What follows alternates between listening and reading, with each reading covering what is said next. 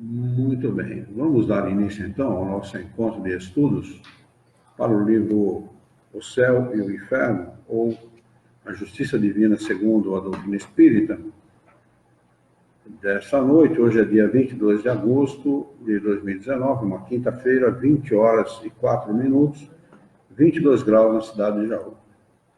Nós estamos transmitindo o nosso encontro de estudos diretamente da Associação Jauense de Estudos Espíritas, localizada na cidade de Jaú, estado de São Paulo, Brasil.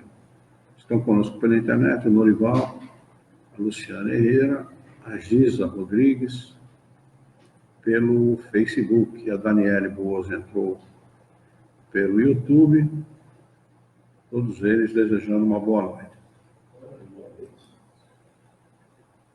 Nós vamos dar início hoje no capítulo 6º, Doutrina das Penas Eternas.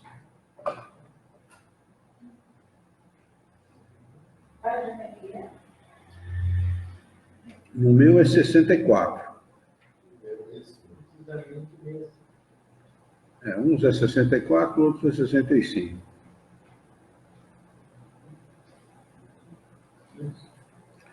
O Gabriel também está conosco.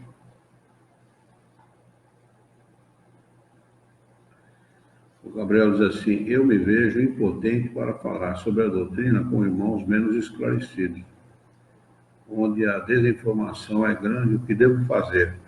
É simples, Gabriel. Não sei se você já leu, mas se não leu, faça isso. Não somente leia, mas estude o livro que é o Espiritismo. Kardec ali dá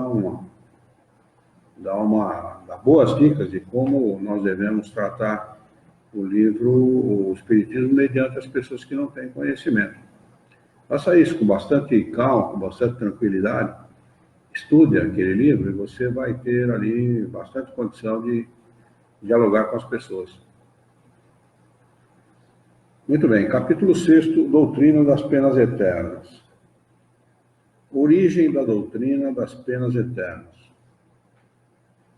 Parágrafo 1. A sentença da eternidade, a crença, na eternidade das penas perde terreno cada dia, de tal maneira que, mesmo não sendo profeta, podemos prever o seu fim próximo. Ela tem sido combatida por argumentos tão poderosos e decisivos que parece quase supérfluo ocuparmos-nos dela hoje, bastando que a deixássemos extinguir-se por si mesma. Não se pode, entretanto, esquecer que, por mais caduca que ela pareça, ainda permanece como o centro de resistência dos adversários das ideias novas. O ponto que eles defendem com maior ardor, porque é um dos seus flancos mais vulneráveis e porque prevêem as consequências da sua queda. Quando ele trata de flanco, naquela época a França estava em guerra, então, quando um bom general, quando planeja um ataque para o inimigo, ele sempre procura atacar os flancos, que é o lado mais vulnerável. Então, ele fala de flanco por causa disso. Realmente é dos lados mais vulneráveis dessa doutrina das penas eternas. Eles têm muita vulnerabilidade nesse aspecto. E se eles abrirem mão das penas eternas, cai por terra todos os outros dogmas. É complicado para eles.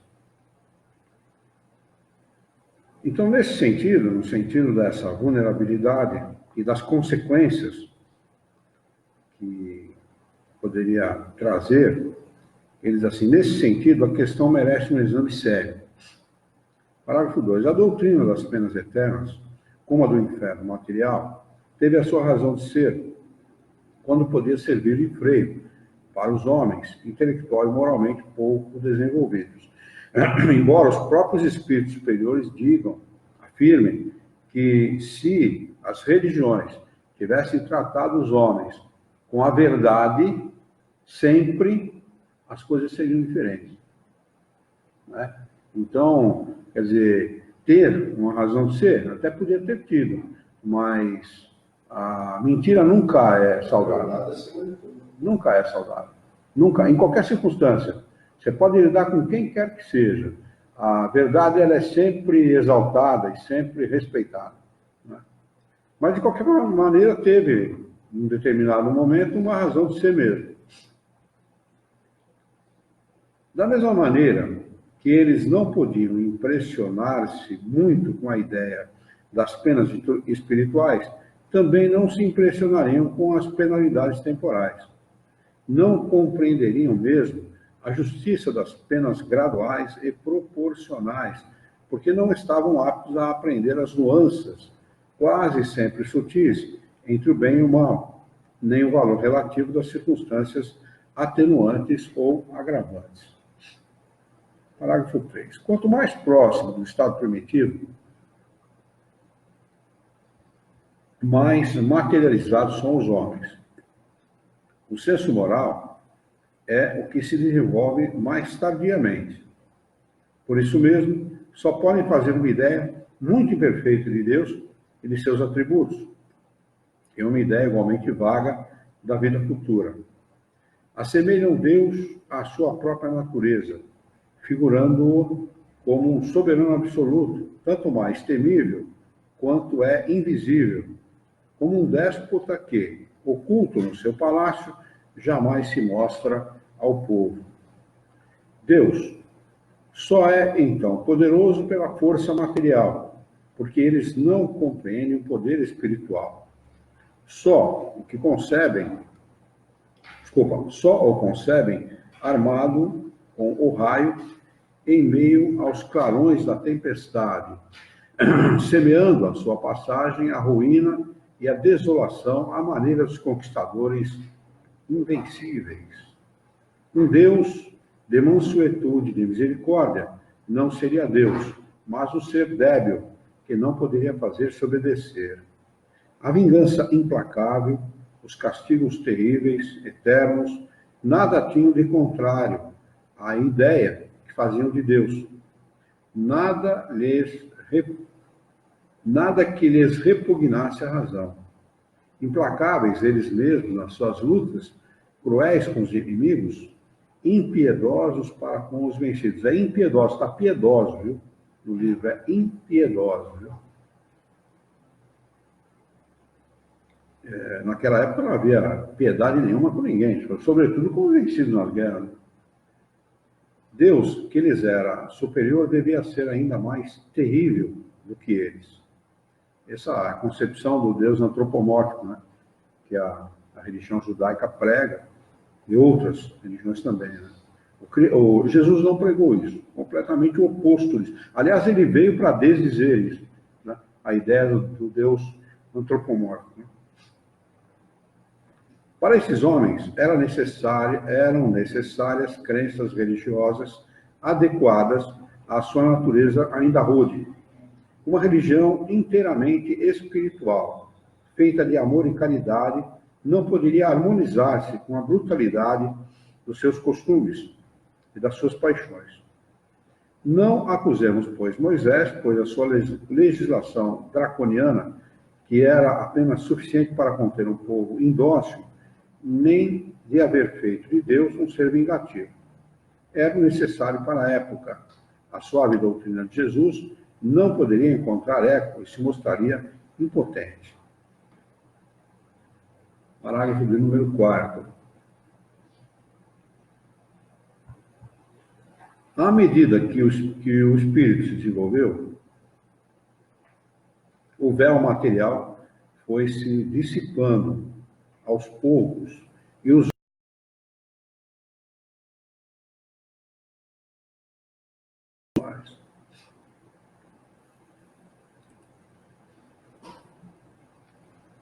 Boa noite, Berna. Bem-vinda, viu? A Berna entrou um pouquinho atrasada, por isso que eu não tinha visto. Tá.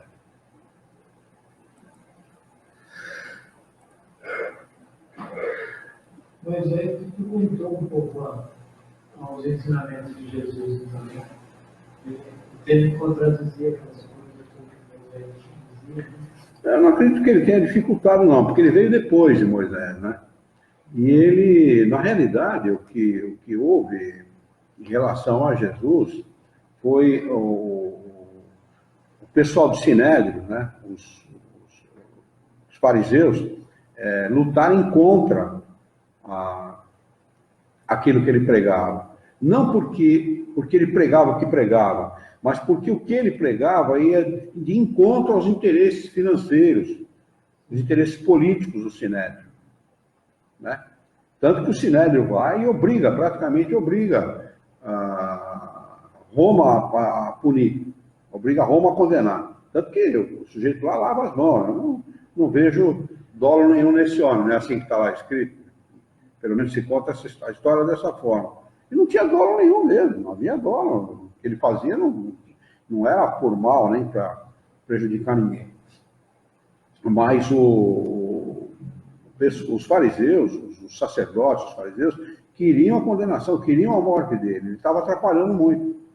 Foi nesse sentido. Né? Nesse sentido. Eles se apegavam a picuinha para poder condenar. Entendeu? Para poder dizer assim, tá vendo? Não falei? Está falando contra a lei de Moisés. Entendeu? Mas ele não falava contra a lei. Bom, várias vezes ele afirmou, eu não vim para desfazer a lei, para contrariar a lei, mas para dar seguimento.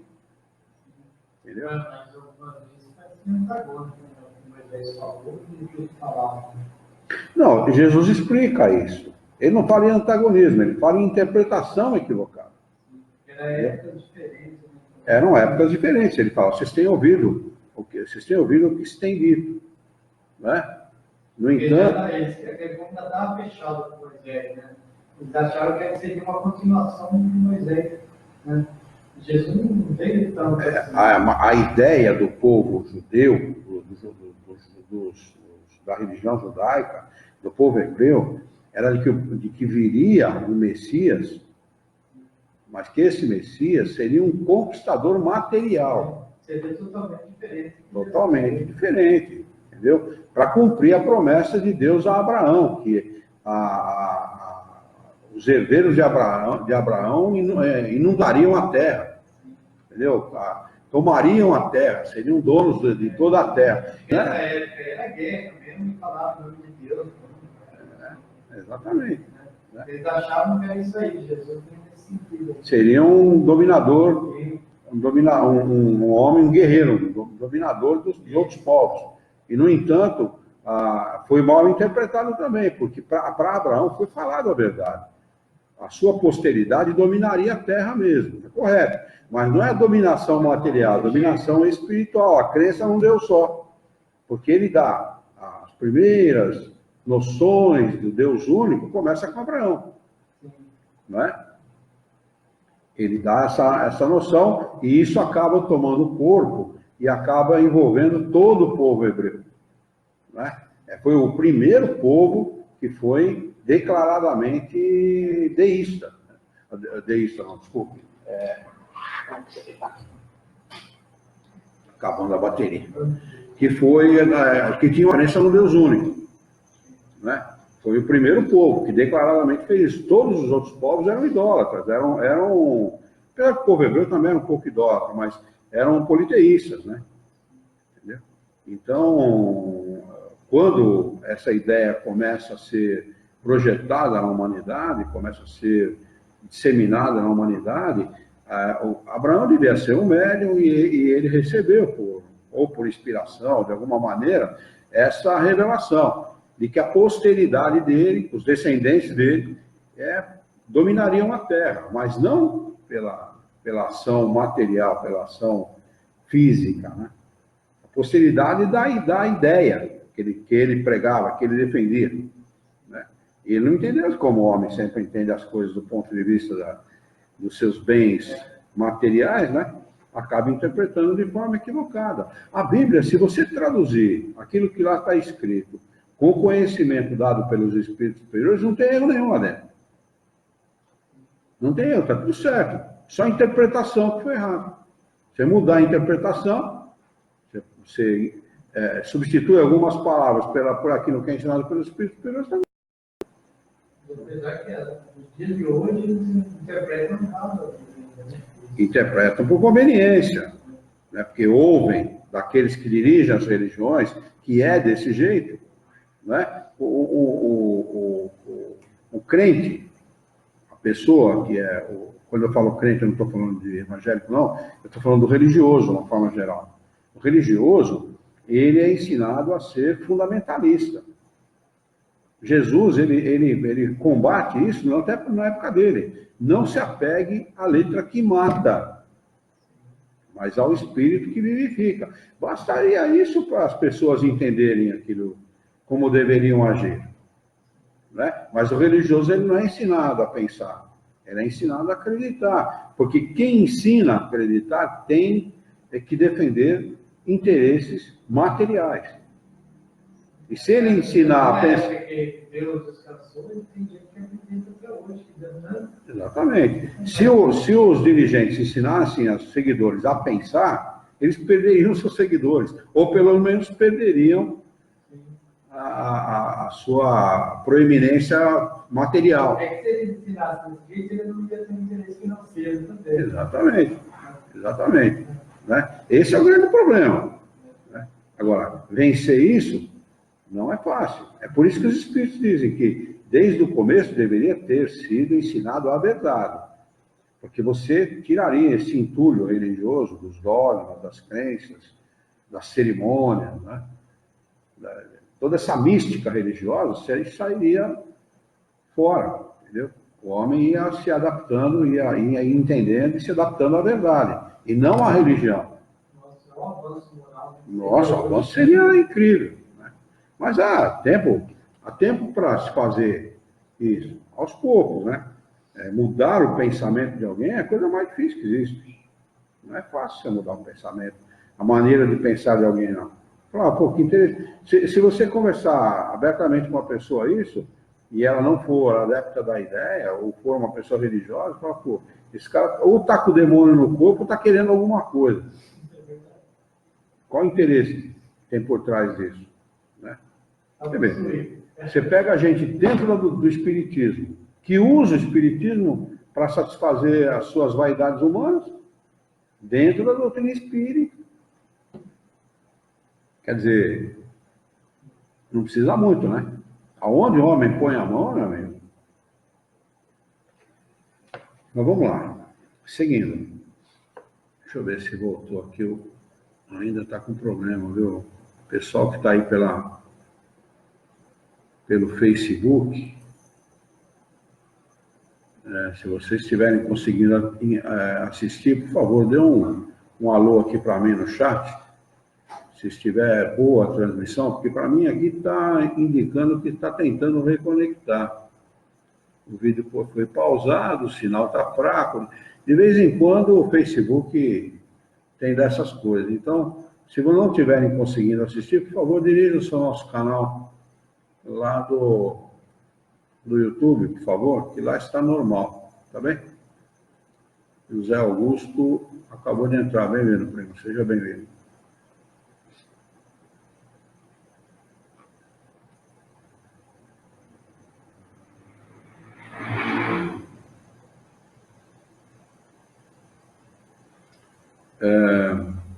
Nós já lemos isso aqui. Era necessário para a época suave doutrina de Jesus, não poderia encontrar ecos e se mostraria impotente. À medida que o espírito se desenvolveu, o véu material foi se dissipando aos poucos e os homens se tornaram mais aptos a compreender as questões espirituais. Mas tudo isso teve de se fazer gradualmente. Quando Jesus veio, já pôde anunciar um Deus clemente, falar do seu reino, que não era deste mundo, e dizer aos homens, amai-vos uns aos outros, fazei o bem aos que vos odeiam, enquanto os antigos diziam olho por olho e dente por dente. Quais eram os homens que viviam no tempo de Jesus? Seriam almas novas criadas para ali se encarnarem? Se assim fosse, Deus teria criado no tempo de Jesus almas mais adiantadas que as do tempo de Moisés, e nesse caso, em que se tornariam estas últimas? Teriam elas adormecido no embrutecimento pela eternidade? O simples bom senso repele esta suposição. Não. Eram as mesmas almas que, após terem vivido sob o domínio da lei mosaica, haviam adquirido, através de muitas experiências, o desenvolvimento suficiente para compreenderem uma doutrina mais elevada e que atualmente mostravam-se ainda mais adiantados, podendo receber um ensino mais completo. Parágrafo de número 5. Apesar disso, o Cristo não pôde revelar aos seus contemporâneos os mistérios do futuro. Ele mesmo disse: tenho ainda muitas coisas para vos dizer, mas não as podereis compreender. É por isso que eu vos falo em parábolas. Quanto aos problemas morais, aos deveres das relações humanas, ele foi bastante preciso, porque tocando a corda sensível do interesse material, podia fazer-se compreender. Quanto aos outros pontos, ele se limitou a semear, sob forma alegórica, os germes que deviam desenvolver-se mais tarde. A doutrina das penas e das recompensas futuras estava nesse caso. Particularmente no tocante às penas, ele não pôde romper abruptamente as concepções tradicionais. Vinha revelar aos homens novos deveres, a caridade e o amor do próximo, substituindo o ódio e a vingança, a abnegação em lugar do egoísmo. Isso já era muito. Ele não podia conscientemente atenuar o medo aos castigos reservados aos prevaricadores, sem enfraquecer ao mesmo tempo o princípio do dever. Jesus prometia o reino dos céus aos bons.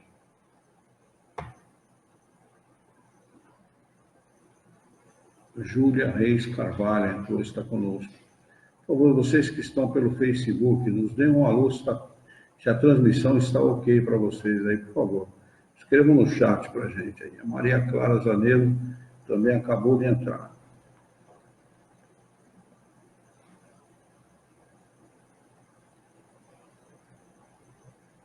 Jesus prometia o reino dos céus aos bons. Esse reino estava, portanto, interditado aos maus.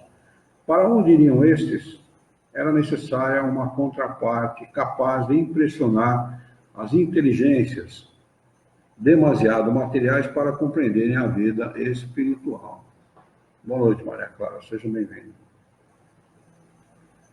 Não se deve esquecer que Jesus se dirigia ao povo, à parte menos esclarecida da população, para a qual tinha de usar imagens, de certa maneira palpáveis, e não ideias abstratas. Eis porque não podia entrar em detalhes supérfluos nesse terreno. Bastava-lhe opor uma punição à recompensa, sendo isto o suficiente naquela época. Jesus ameaçou os culpados com o fogo eterno. Também os ameaçou de serem lançados no Gina. Mas o que era o Gina? Um lugar nas cercanias de Jerusalém, o depósito de lixo da cidade. Será possível tomar-se isso ao pé da letra? Era apenas uma dessas imagens fortes de que se servia para impressionar as massas. Acontecia o mesmo com o fogo eterno.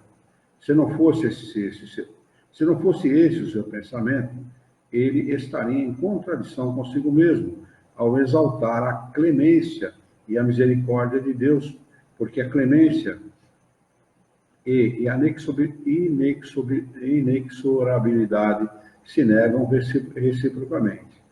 Seria, pois, nos enganarmos estranhamente sobre o sentido das palavras de Jesus, vermos nela a sanção do dogma das penas eternas, quando todo o seu ensino proclama a bondade do Criador.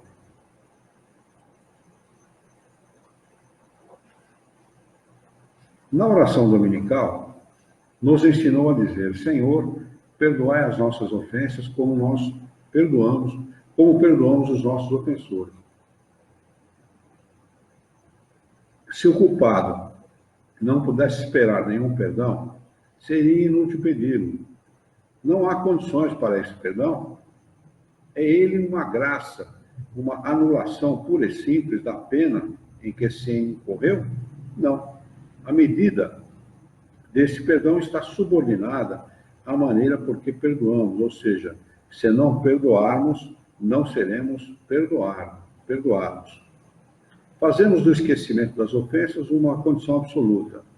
Deus não podia exigir que o homem frágil fizesse o que ele, Todo-Poderoso, não faria. A oração dominical é uma negação da vingança eterna de Deus. Para os homens que só tinham uma noção confusa da espiritualidade da alma, da ideia do fogo material, a espiritualidade da alma, a ideia do fogo material não era chocante, tanto mais que ela se encontra na crença popular proveniente do inferno pagão e quase universalmente difundida. A eternidade das penas nada tinha de repugnante para as criaturas submetidas desde séculos à legislação do terrível Jeová. No pensamento de Jesus, o fogo eterno só podia ser uma figura. Pouco lhe importava que essa figura fosse tomada ao pé da letra, desde que devia servir de freio. Ele sabia muito bem que o tempo e o progresso se encarregariam de esclarecer o sentido alegórico, sobretudo quando, segundo a sua predição, o Espírito da Verdade viesse esclarecer todas as coisas aos homens. A consequência essencial das penas irrevogáveis é a ineficácia do arrependimento. Mas Jesus nunca disse que o arrependimento fosse inútil perante Deus. Em todas as ocasiões, pelo contrário, apresentou um Deus clemente, misericordioso, pronto a receber o filho pródigo de volta para o lar paterno. Só o mostrou inflexível para o pecador endurecido, mas assim mesmo, se tinha o castigo numa das mãos, tinha sempre o perdão na outra, pronto a dispensá-lo ao culpado, desde que esse voltasse sinceramente a ele. Não é verdadeira, pois, a imagem de um Deus impiedoso. Devemos observar também que Jesus não pronunciou contra ninguém, mesmo contra os maiores culpados, a condenação irremissível.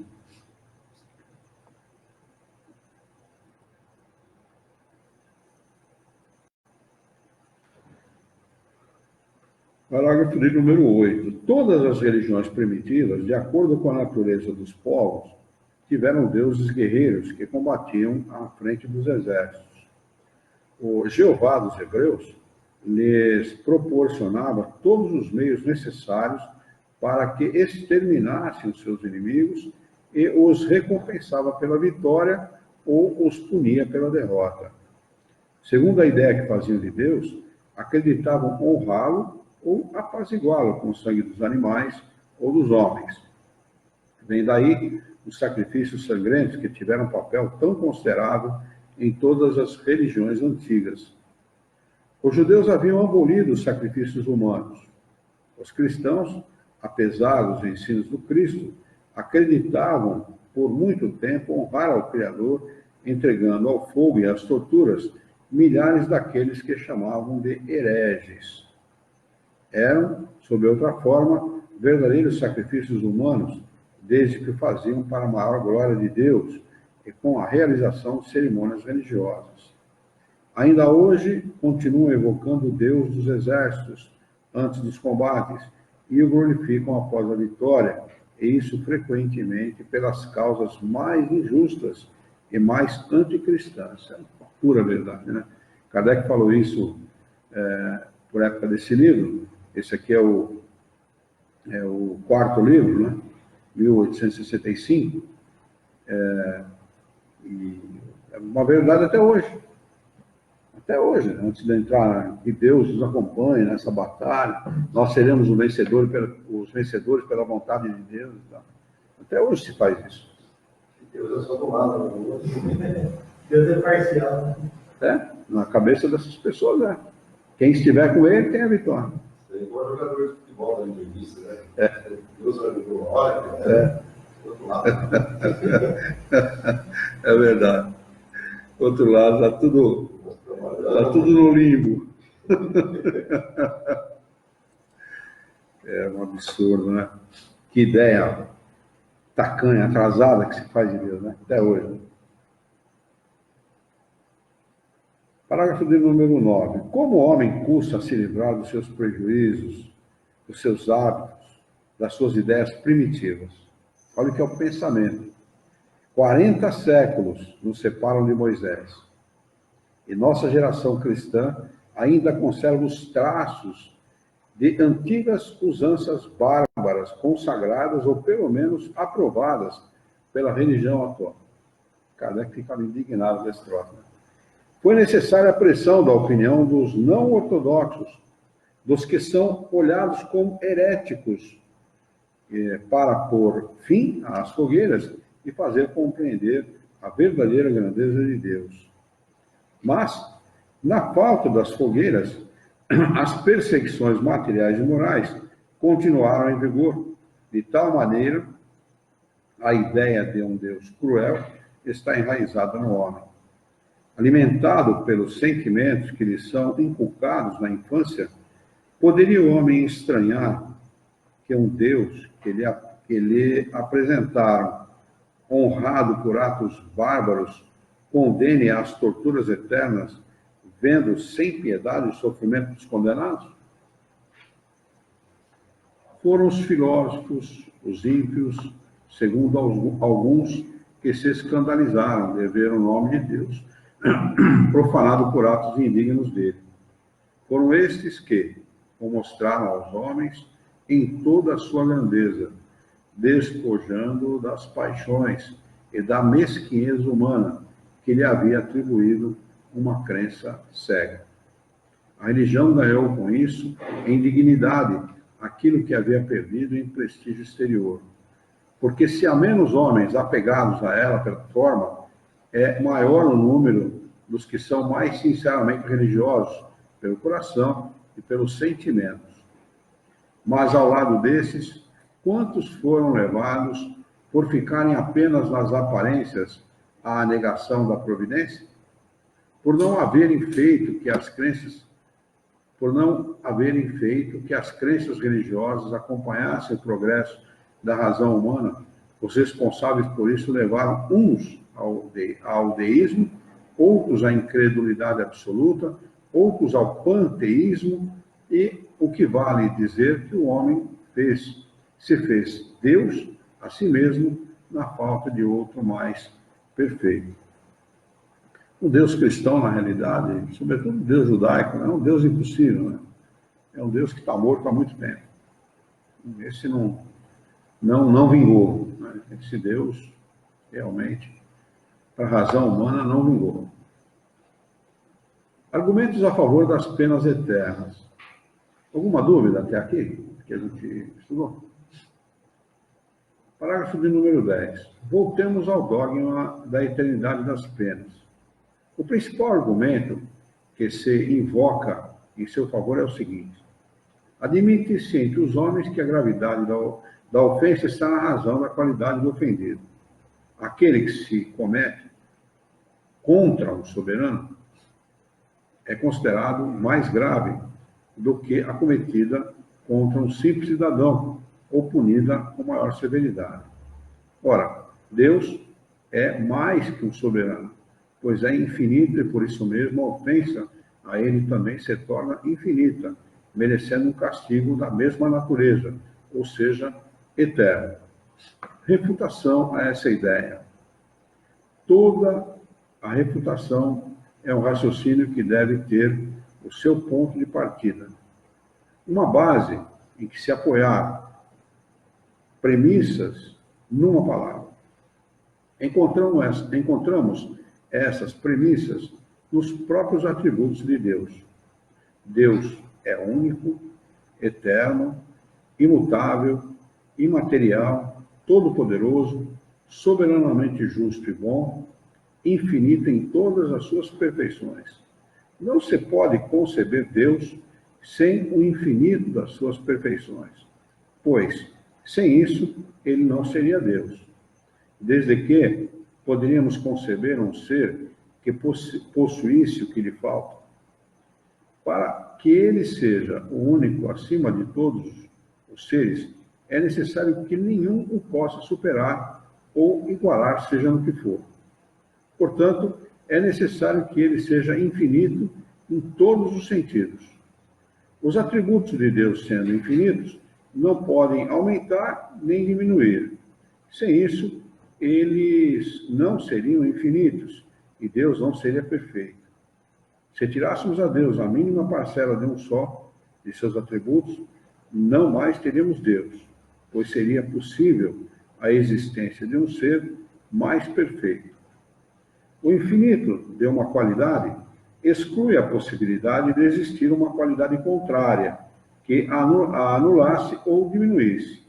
Um ser infinitamente bom não pode ter a menor parcela de maldade, e um ser infinitamente mau não pode ter a menor parcela de bondade.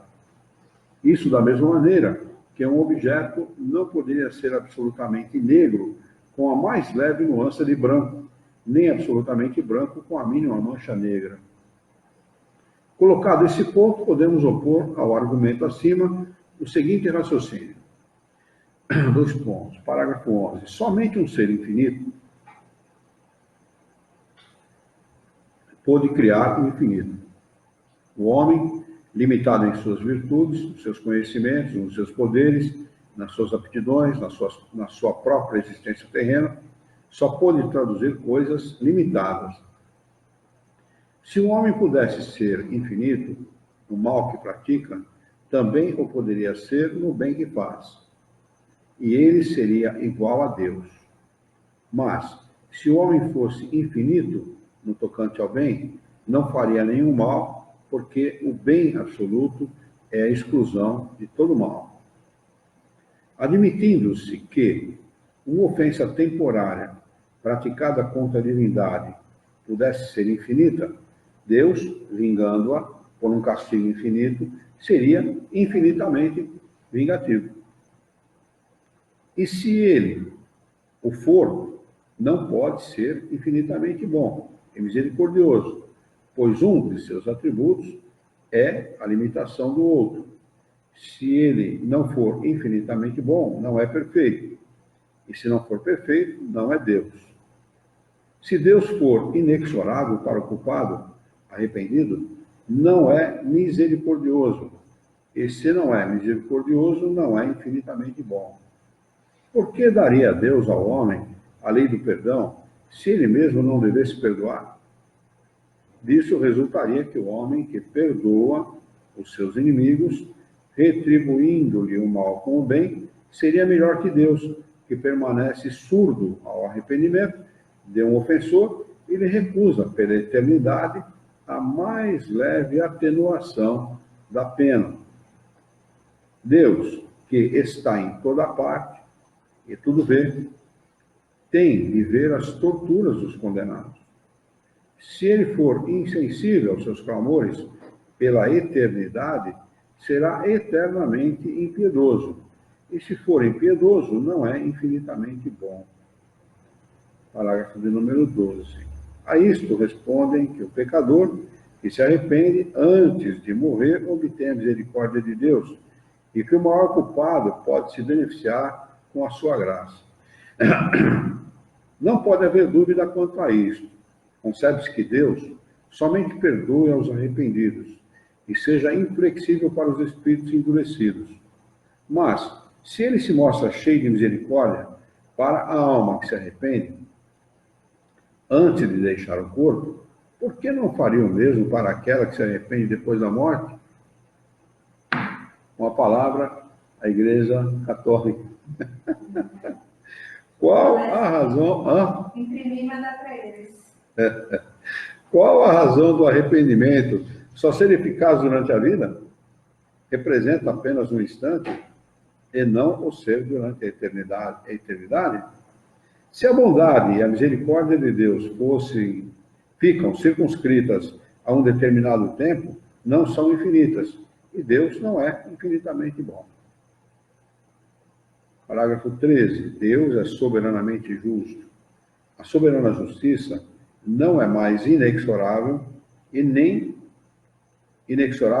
a que deixa impunes todas as faltas, mas a que considera de maneira mais rigorosa o bem e o mal, recompensando um e punindo o outro com perfeita equidade, sem jamais se enganar.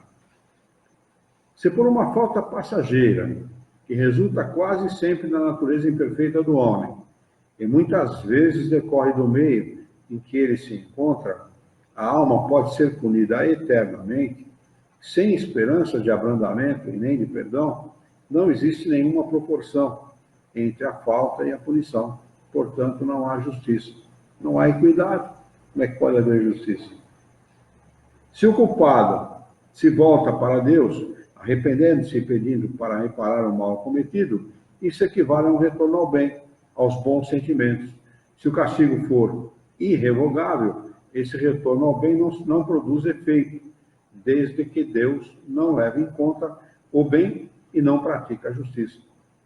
Entre os homens, o condenado que se emenda vê a sua pena comutada e às vezes perdoada. Haveria, pois, na justiça humana mais equidade que na justiça divina? Se a condenação é irrevogável, aqui o cara colocou uma exclamação, e não tem nada de exclamação aqui. Aqui é interrogação. Aqui nesse parágrafo. Haveria, pois, na justiça humana mais equidade que na justiça divina? Não é exclamação, é interrogação. Ele não podia estar exclamando aí. Tem que estar interrogando. Não é isso? Deus está aprendendo ainda. Hã? Deus está aprendendo novo ainda. Não é? Sabe nada, né?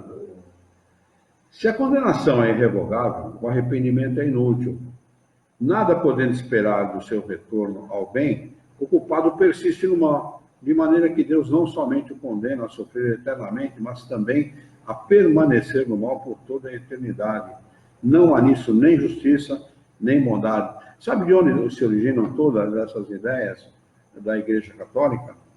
Do fato de Deus ter criado seres voltados única e exclusivamente ao mal. Começa a burrice por aí, começa o erro por aí. Se a condenação... não, estamos no parágrafo 14, né? Sendo infinito em todas as coisas, Deus deve conhecer tudo, no passado e no futuro. Deve saber, no momento da criação de uma alma, se ela vai falir de maneira grave para ser condenada eternamente. Se não o sabe, seu saber não é infinito, e nesse caso ele não é Deus. Alguém refutaria uma afirmação como essa? Tem como refutar uma afirmação como essa? É verdadeiro? Ele não é eternamente, ele não é infinitamente sábio? Não, o problema é que religião e filosofia não casam. Não casam, não tem como casar. Perguntar isso com o evangélico e vai responder o quê? Não casa. Filosofia e religião não casam.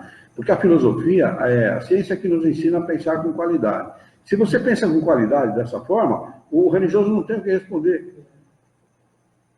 Não tem o que responder. Ele envia Deus, no caso.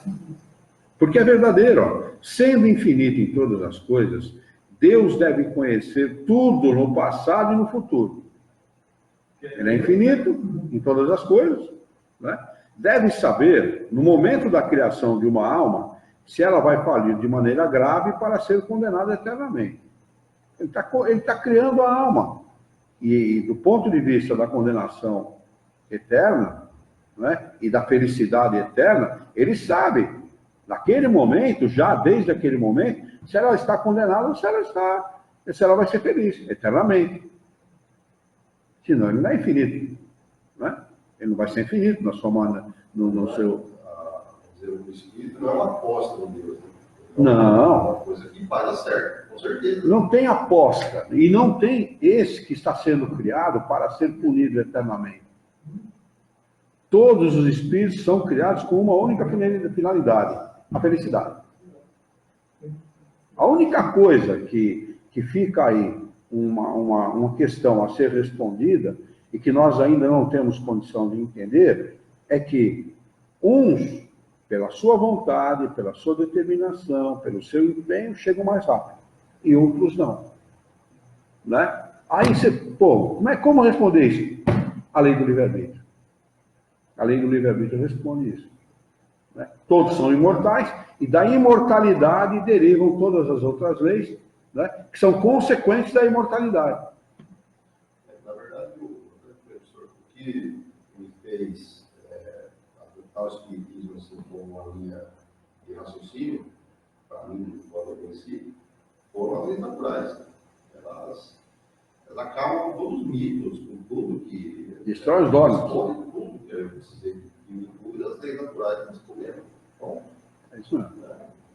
É exatamente isso. Olha, a sequência do raciocínio de Kardec.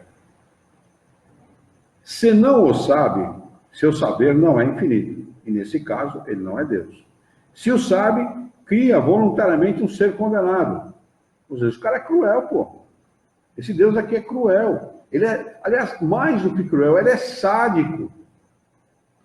É a mesma coisa do garotinho que pega o gato e afoga na água. E afoga aos poucos, né? Põe, deixa afogar um pouquinho, tira, aí põe de novo, né? É sadismo isso, pô. Está criando sabendo que está criando um ser para sofrer.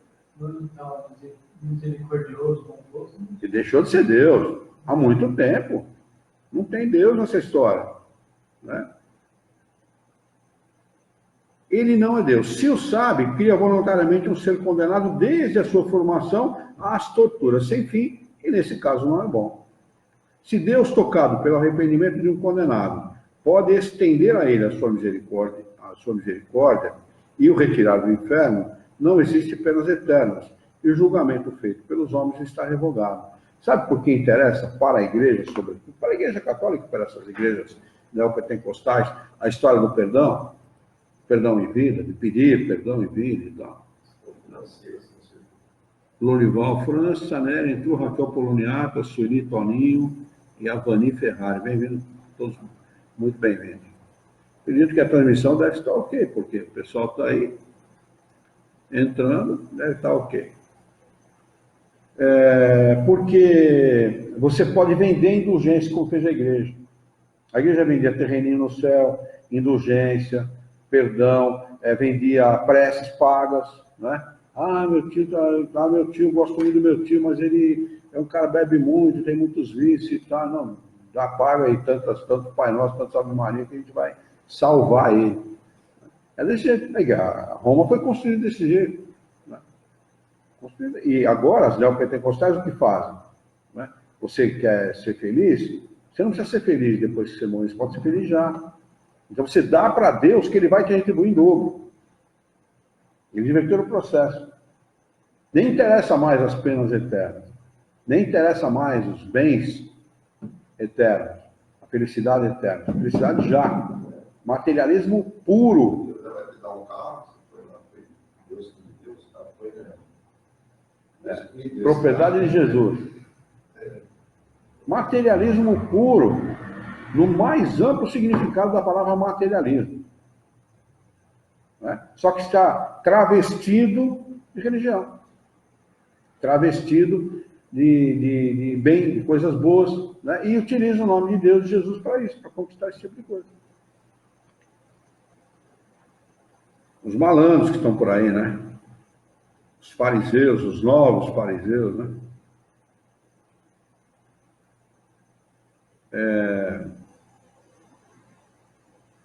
15º parágrafo. A doutrina das penas eternas aceita de maneira absoluta, leva-nos forçosamente, aceita de maneira absoluta, leva-nos forçosamente à negação ou à diminuição de alguns atributos de Deus.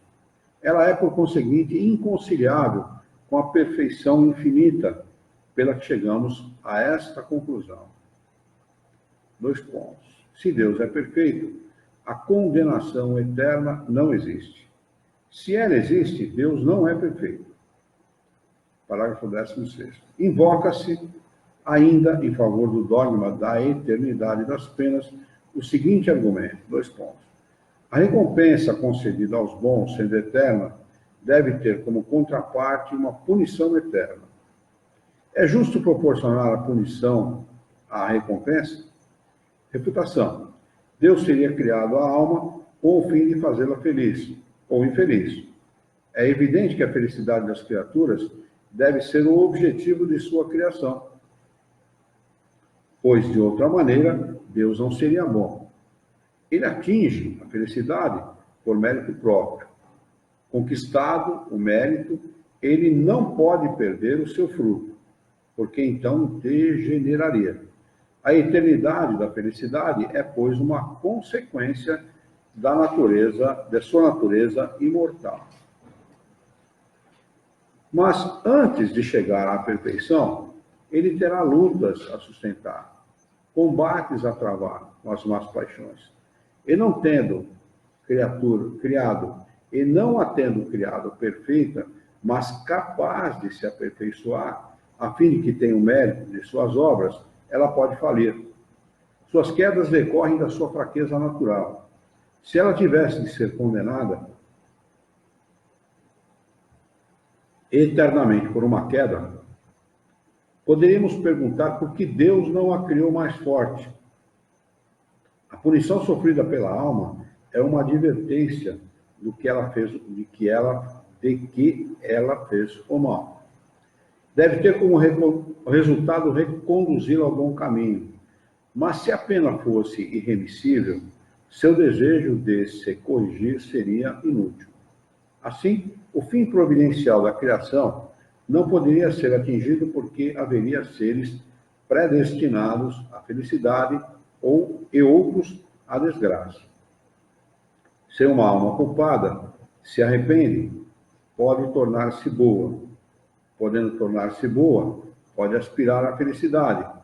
Deus seria justo se lhe recusasse esses meios? Sendo o bem o objetivo final da criação, a felicidade, que é o seu prêmio, deve ser eterna. Ao mesmo tempo, o castigo é um meio de levar ao bem.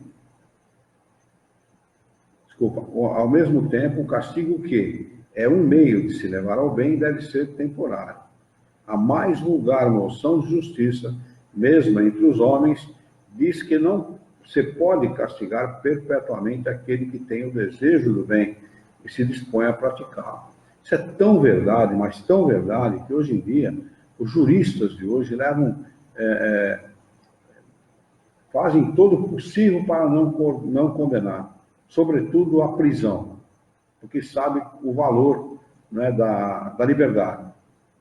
Deus, sendo a perfeição absoluta, pensaria de forma diferente? Mas Deus é bom que está aprendendo. E tem muito que aprender com esses homens, né? Tem muito.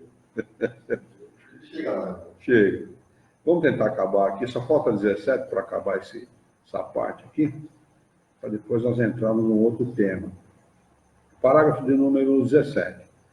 Um último argumento em favor da eternidade das penas é o seguinte: o temor de um castigo eterno é o freio. Se o eliminarmos, nada mais tendo a temer, o homem se entregará a todos os desregramentos. Refutação. Esse raciocínio seria justo se, ao eliminarmos a eternidade das penas, suprimíssemos toda e qualquer sanção penal. A situação feliz ou infeliz na vida futura decorre de uma rigorosa consequência da justiça de Deus, enquanto uma identidade de situação entre o homem bom e o perverso seria a negação dessa justiça. Pelo fato de não ser eterno, o castigo não tem de ser menos penoso. Ele se torna tanto mais terrível quanto mais se pode aceitá-lo, e tanto mais aceitável quanto mais racional. Uma pena em que não se pode crer não é um freio, e a eternidade das penas está nesse caso. Então, o Espiritismo não tira a qualidade das penas, a dor das penas. Pelo contrário, ele ensina que a dor das penas, o sofrimento de uma pena, quando ela é aplicada ao espírito, ela é muito maior do que aquele previsto pelo inferno pagão e pelo inferno cristão. Ele é muito grande. Não vale a pena o homem ser relapso, ser inconsequente com a sua vida material. Porque ele vai aprender. não é? Mas não adianta você querer atingir um ser racional, impondo a ele um tipo de pensamento. Porque você causa nele a revolta. Não é? E um homem revoltado, ele se fecha à compreensão. Um homem que se revolta se fecha à compreensão. E pelo contrário, se você falar com uma pessoa, independentemente da postura moral dela, inteligente, que todos são inteligentes, independente da postura moral, se você falar a ela, falar a razão dela, não é muito mais fácil você atingi-la do que o contrário. É muito mais fácil. Por isso que o Espiritismo, como o senhor Milton Felipe falou muito bem ontem, ele consola ensinando e ensina consolando. Por causa disso. Porque ele mostra para o homem, não que ele, ou ele aceita a imposição, ou ele está condenado, mas mostra que vale a pena ser bom.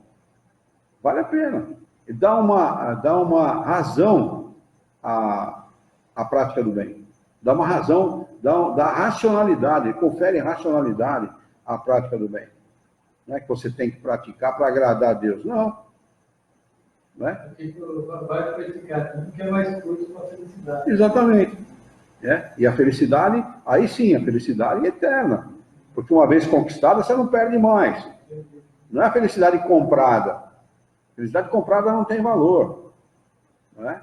E essa felicidade, muito menos, dá para ser comprada. Não é? Alguns atribuem esse tipo de situação, a felicidade eterna, mas não é verdadeiro. Não é? E você conquistando, você conquistando, a coisa é outra. Né? Então, tem outro sabor, né?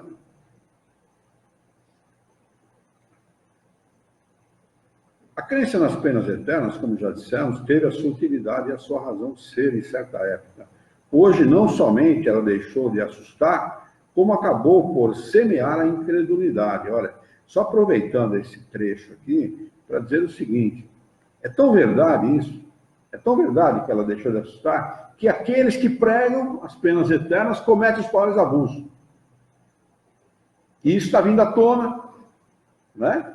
Tem casos aí de padres e freiras que abusaram de crianças idiotas, né? Abusaram de mulheres que estavam dentro da própria igreja, né? Tem filhos que foram abortados. Na Irlanda, parece que teve um caso que a igreja teve que pagar uma fortuna de indenização e tal. Sempre ouvi isso, mas eles escondiam, né?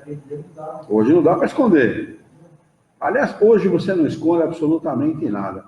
Você fala uma mentira aqui, no segundo seguinte, não estou exagerando não, está na internet o desmentido. E todo mundo fica sabendo. Se o sujeito faz uma burrada qualquer, ele estampa a cara dele assim, ó, fulano aqui, ó. É esse cara que fez, ó. E fica execrado na sociedade inteira. Né? Ele é execrado por toda a sociedade. Então, não dá mais, ou você atinge as pessoas pela razão, ou você não vai conseguir atingir nunca. A religião não atinge mais ninguém. A não ser esses que se deixam levar, que até por uma questão de culpa, né, se deixam levar pela religião. Até por isso, por essa questão, né? E quem não tem medo da vida, quem não tem medo da verdade, não tem que aceitar imposição de coisa nenhuma. O maior patrimônio do homem é a liberdade. Né? É o maior patrimônio que ele tem. O fato dele poder pensar livremente, poder agir livremente, poder viver livremente, né? Não tem maior patrimônio. Isso vale para qualquer circunstância. Isso vale para a religião, isso vale para a política, isso vale para a situação social. Estou agindo de forma correta, não tem que ter medo de nada. De nada. Né? E ter a liberdade de dizer, eu penso assim, e defendo a minha posição, seja ela qual for. Né? Eu valorizo até o ateu, que diz assim, eu não creio por isso, isso, isso, e defendo a minha posição. Porque ele está sendo rigorosamente honesto com ele mesmo, com a sua maneira de pensar. É o livre pensamento. No final do ano passado, ele mora no Brasil,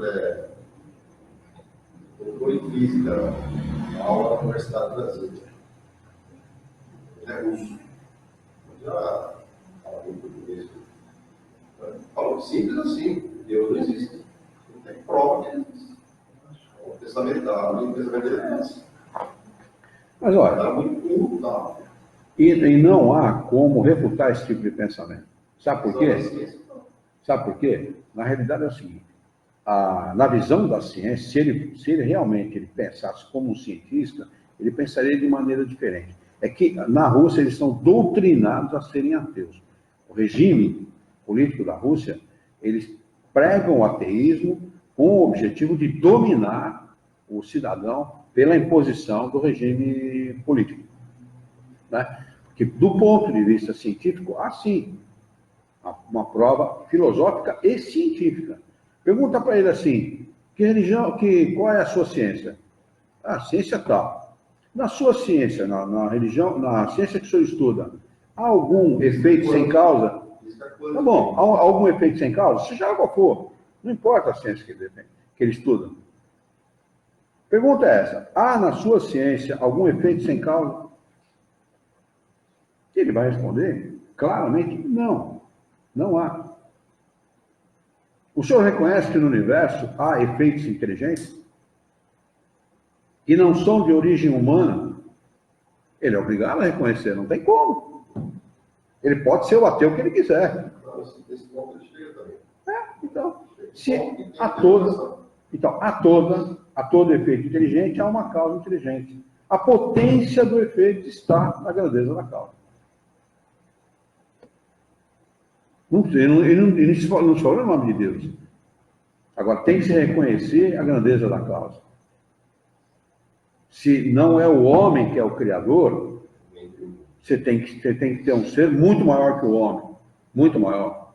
Não há como o homem criar coisas tão potentes, tão grandiosas como as coisas que existem no universo. E você não precisa chamar isso de Deus. Você pode chamar isso de causador, de criador, força inteligente, qualquer coisa que você quiser.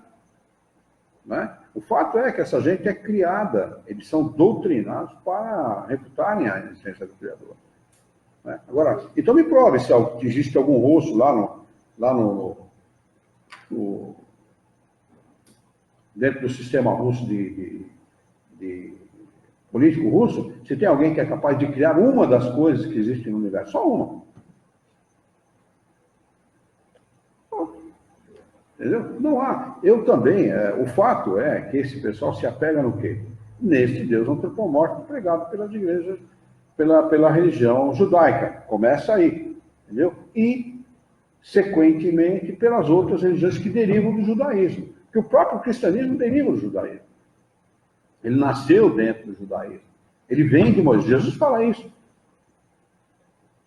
Jesus pega Moisés e parte de Moisés e ensina a sua filosofia e a sua doutrina. Né? Então, o próprio cristianismo deriva do judaísmo. Né?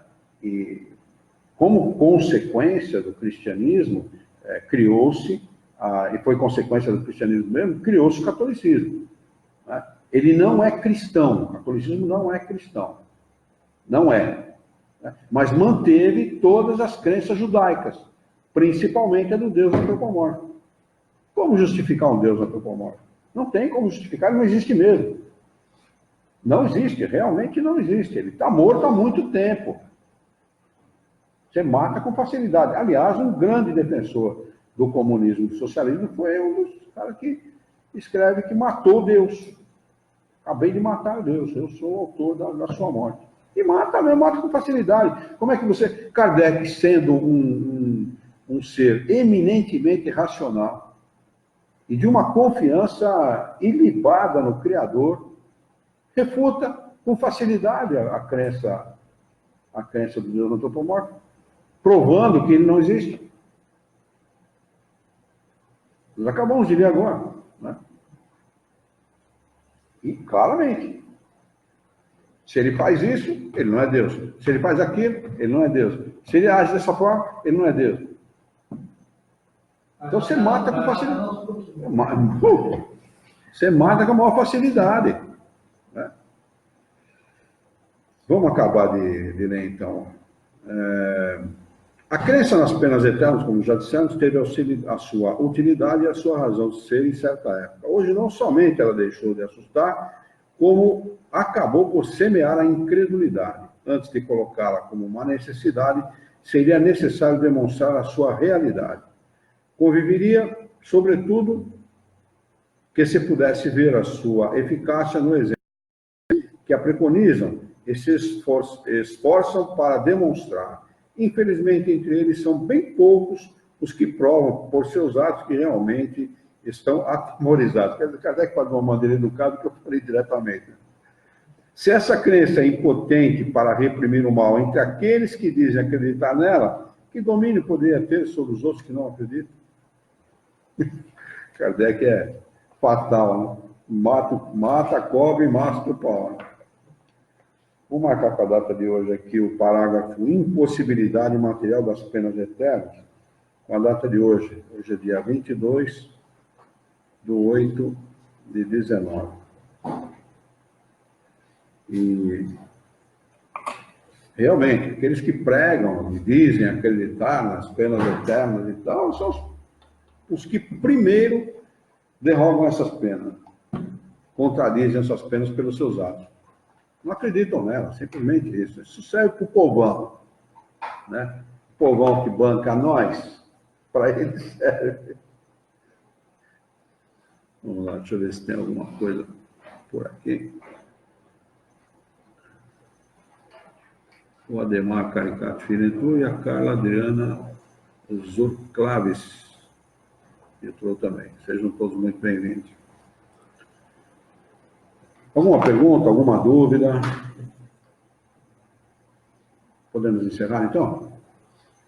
Vamos elevar o nosso pensamento, mentalizar a figura excelsa e amiga de Jesus, nosso mestre, nosso modelo e guia da humanidade, e juntos com Jesus nos dirigir ao Criador, ao Senhor da vida, fonte inesgotável de paz, de amor, de bondade, de misericórdia e justiça, para agradecê-lo muito pela oportunidade de aqui estarmos reunidos em seu nome para discutirmos as questões propostas pelo livro O Céu e o Inferno nesta noite. Queremos pedir, Senhor, bom ânimo, coragem, determinação, ideias renovadas, alegria de viver e muito entusiasmo para que nós possamos trabalhar, sermos úteis à sociedade em que vivemos e, desta forma, dignificar a vida. Auxilia-nos ainda, dá-nos a coragem necessária para que nós possamos orientar a própria existência por um profundo e sincero respeito pelo nosso próximo. Em teu nome, Senhor, em nome de Jesus, em nome dos bons espíritos, em nome do nosso diretor espiritual e sua equipe, nós declaramos encerrado o nosso encontro de estudos esta noite, e que assim seja.